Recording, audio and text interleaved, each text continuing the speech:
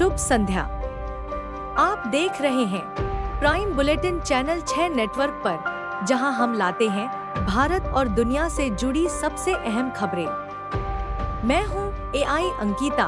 आइए शुरुआत करते हैं आज की प्रमुख सुर्खियों से।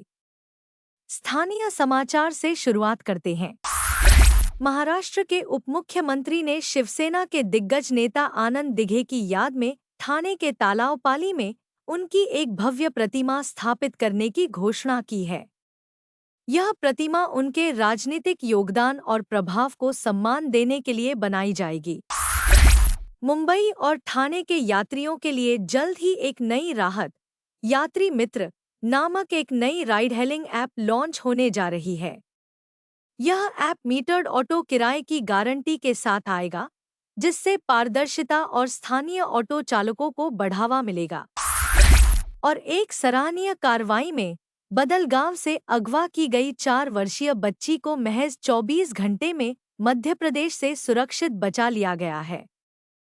पुलिस ने आरोपी को गिरफ्तार कर लिया है, जिससे परिवार और पूरे इलाके को राहत मिली है। अब रुख करते हैं मनोरंजन की दुनिया की ओर।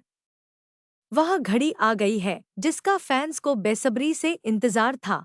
स्क्विड गेम का सीजन 3 अब भारत में स्ट्रीम होने जा रहा है। रिलीज की तारीख और स्ट्रीमिंग प्लेटफॉर्म पर नजर रखें। कन्नप्पा फिल्म को लेकर ट्विटर पर शुरुआती समीक्षाएं आ रही हैं और शिव भक्तों के बीच यह चर्चा का विषय बन गई है। विष्णु मांचू की यह फिल्म भक्ति और सिनेमा का एक सुंदर संगम प्रतीत हो रही है। और अगर आप मोटरस्पोर्ट्स के दीवाने हैं तो ब्रैड पिट की film F1 the movie Bharat में शानदार ओपनिंग के लिए तैयार है। अब तक 55,000 अग्रिम टिकट बिक चुके हैं। अब बात राजनीति की। विदेश मंत्री एस जयशंकर ने राहुल गांधी पर परोक्ष हमला करते हुए संविधान हाथ में लेकर राजनीति करने की शैली की आलोचना की और आपातकाल के लिए गांधी परिवार को जिम्मेदार ठहराया। गृह मंत्री अमित शाह ने इसे ईश्वरीय न्याय बताया और कहा कि 2014 में पीएम मोदी ने वंशवाद की राजनीति को जड़ से उखाड़ फेंका। प्रधानमंत्री नरेंद्र मोदी ने भी इस भावना को दोहराते हुए कहा, भारत का कोई भी नागरिक आपातकाल के अंधेरे को कभी नहीं भूल सकता। खेल जगत से बड़ी खबरें। बारबाडोस टेस्ट में गेंदबाजों का बोलबाला रहा है। विकेटों की झड़ी से मैच में रोमांच बना हुआ है। आईसीसी ने क्रिकेट नियमों में बड़े बदलाव किए हैं। अब ओवरों के लिए स्टॉप क्लॉक और बाउंड्री कैच जैसे नए नियम लागू किए जाएंगे। फुटबॉल में रियल मैड्रिड के जैकोबो रामोन और टचौमेनी ने साल्जबर्ग के खिलाफ 3-0 की जीत के बाद अपनी प्रतिक्रिया साझा की। वहीं मैनचेस्टर सिटी ने यूवेंटस को 5-0 से हराकर अपनी शानदार फॉर्म का परिचय दिया। अब राष्ट्रीय खबरों की बात करें तो रक्षा मंत्री राजनाथ सिंह का समर्थन करते हुए जयशंकर ने पुष्टि की कि शंघाई सहयोग संगठन SCO के संयुक्त बयान में आतंकवाद का जिक्र हटवाने के पीछे एक देश था।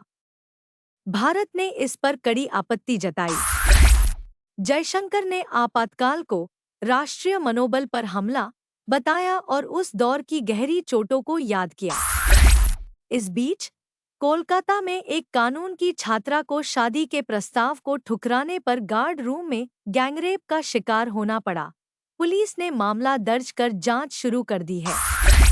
उड़ीसा के पुरी शहर में आज शुरू हो रही है भव्य रथ यात्रा।